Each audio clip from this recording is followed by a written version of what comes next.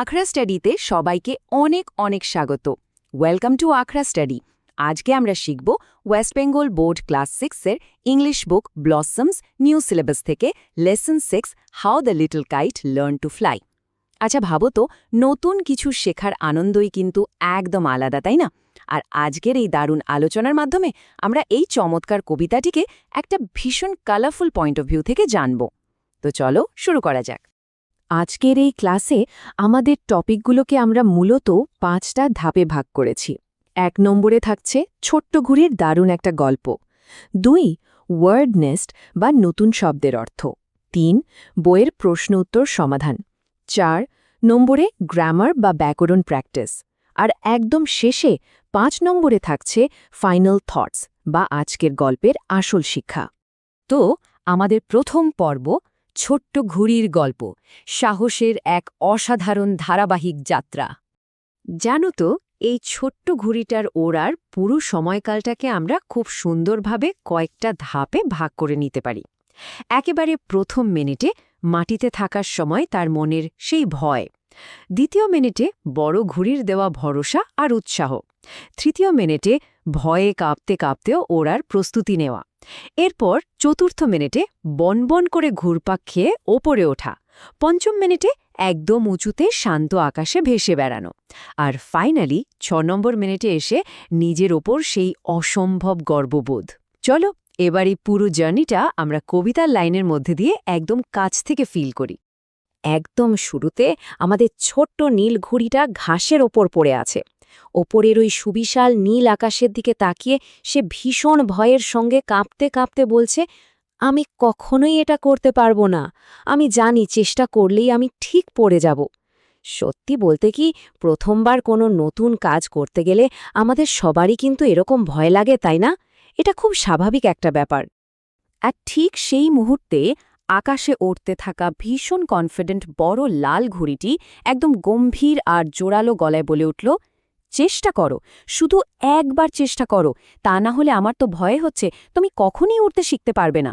মানে বোঝাই যাচ্ছে প্রথম পদক্ষেপটা কিন্তু তোমাকেই নিতে হবে। এইটুকু বলেই বড় ঘুড়িটি আরও শান্ত আর পরিষ্কার আকাশের দিকে উপরে উঠে গেল। বড় ঘুড়ির এ কথাগুলো শুনে আর শান্ত আকাশটাকে দেখে জানো কি হলো? ছোট্ট ঘুড়ির কাগজ হঠাৎ করেই নড়ে উঠল, আর সে ভয়ে কাঁপতে কাঁপতেই ওড়ার জন্য নিজেকে একদম মুক্ত করে নিল। চারপাশের এই ঘূর্ণায়মান রঙিন বাতাসে ভর করে সে নিজের ভেতরের সবটুকু সাহস এক জায়গায় করে জাস্ট মাটির মায়া ত্যাগ করল। এটা ছিল গল্পের একটা টার্নিং পয়েন্ট। এর পরের দৃশ্যটা জাস্ট অভাবনীয়। প্রথমে ঘুরপাক খেয়ে ভয় পেয়ে তারপর আরও সাহসী হয়ে সে একাই বাতাসে ভর করে উঠতে লাগল। ওপর থেকে দেখলে মনে হবে এক্কেবারে চমৎকার নীল আকাশে সে এতটাই ওপরে উঠে গেছে যে নিচের সবুজ ঘাসের ওপর দাঁড়িয়ে থাকা ছেলেদের ছোট্ট ছোট্ট বিন্দুর মতো মনে হচ্ছে। সে এখন আকাশে বড় ঘুড়ির ঠিক পাশেই উঠছে। কি দারুণ একটা ফিলিং, তাই না? এবার আমরা চলে এসেছি পর্ব 2-এ, ওয়ার্ড নেস্ট বা কিছু গুরুত্বপূর্ণ শব্দের অর্থ। চলো দেখে নিই। আমাদের প্রথম শব্দটা হলো ট্র্যাঙ্কুইল বা ট্র্যাঙ্কুইল। এর মানে হলো শান্ত এবং শান্তিপূর্ণ। ইংরেজিতে যাকে বলে কোয়েট অ্যান্ড পিসফুল। শান্ত স্নিগ্ধ নীল আকাশটার দিকে তাকালেই কিন্তু এই শব্দটার আসল অর্থ একদম ফিল করা যায়। মেঘের অনেক ওপরে উঁচুতে আকাশ ঠিক এমনই ট্র্যাঙ্কুইল বা শান্ত থাকে। পরের শব্দটা হলো স্টার্ড বা স্টার্ড। এর অর্থ হলো নড়ে ওঠা বা নড়াচড়া করা, অর্থাৎ মুভড। বড় ঘুড়িকে অতটা সাহসের সঙ্গে উঠতে দেখে ছোট্ট ঘুড়ির কাগজটা যখন প্রথম বাতাসে নড়ে উঠেছিল, কবিতায় ঠিক সেই দৃশ্য বোঝাতেই এই স্টার্ড শব্দটি ব্যবহার করা হয়েছে। তবে জানো, এটা শুধু কাগজের নড়ে ওঠা নয়, এটা আসলে তার ভেতরের সাহসের জেগে ওঠা। এরপর আমাদের লিস্টে আছে ওয়ার্লিং বা হুইরলিং। এর মানে হল দ্রুত গোল হয়ে ঘোরা বা ঘুরপাক খাওয়া, moving around quickly in a circle. ছোট্ট ঘুড়িটি যখন প্রথম মাটি থেকে ওড়ার চেষ্টা করছিল, তখন হাওয়া তাকে ঠিক এভাবেই ঘুরপাক খাওয়াচ্ছিল। এই যে স্পাইরাল বা ঘূর্ণন, এখান থেকে ওয়ার্লিং শব্দটার অর্থ একদম জলের মতো পরিষ্কার হয়ে যায়। এবার আসছি পর্ব 3-এ, টেক্সটবুক কম্প্রিহেনশন বা আমাদের পাঠ্য বইয়ের প্রশ্ন উত্তর সমাধান। এখানে আমরা অ্যাক্টিভিটি 1 থেকে 5 সলভ করব। প্রথমে অ্যাক্টিভিটি 1, এখানে সঠিক উত্তর বেছে নিতে বলা হয়েছে।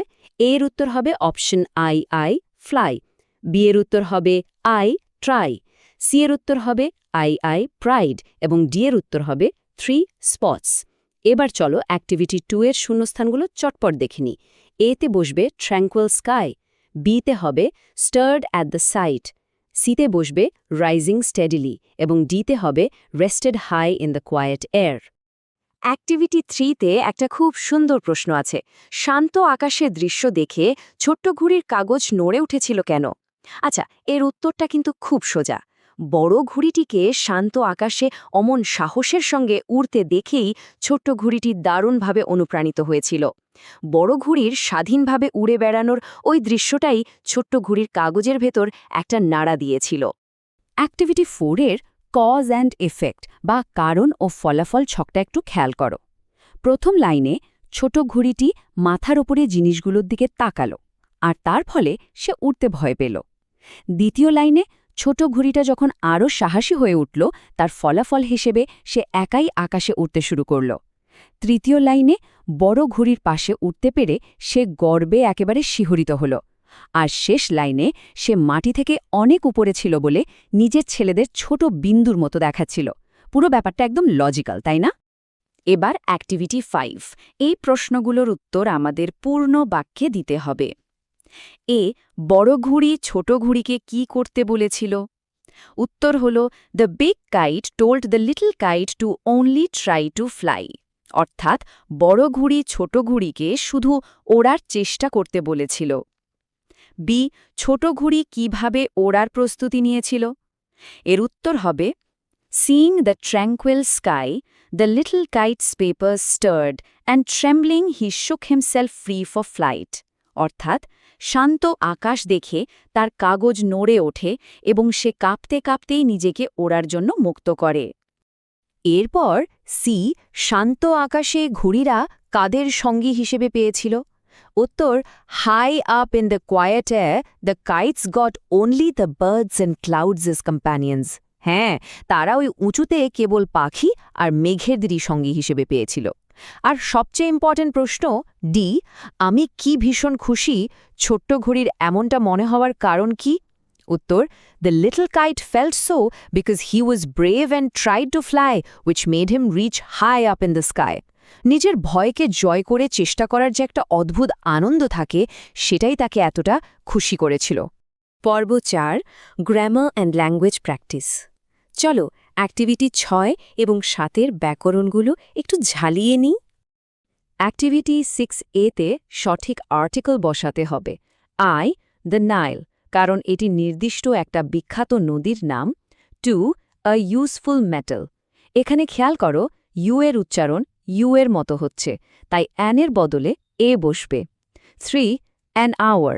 এখানে এইচ এর উচ্চারণ উজ্জ বা সাইলেন্ট আছে, তাই অ্যান হবে। 4, a European.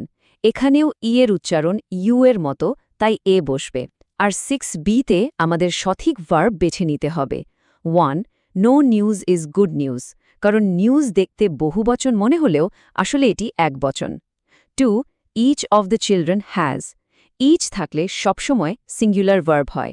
3, the mother and her child are. যেহেতু দুজন আলাদা মানুষ, তাই প্লুরাল আর বসবে। 4, Isha as well as her sister is. As well as থাকলে সবসময় প্রথম সাবজেক্ট অনুযায়ী ভার্ব হয়, তাই ইজ বসবে। অ্যাক্টিভিটি 7A-তে মূল শব্দের আগে বা পরে কিছু লেটার যোগ করে বিপরীত শব্দ বা অপোজিটস তৈরি করা হয়েছে। ব্যাপারটা খুব মজার।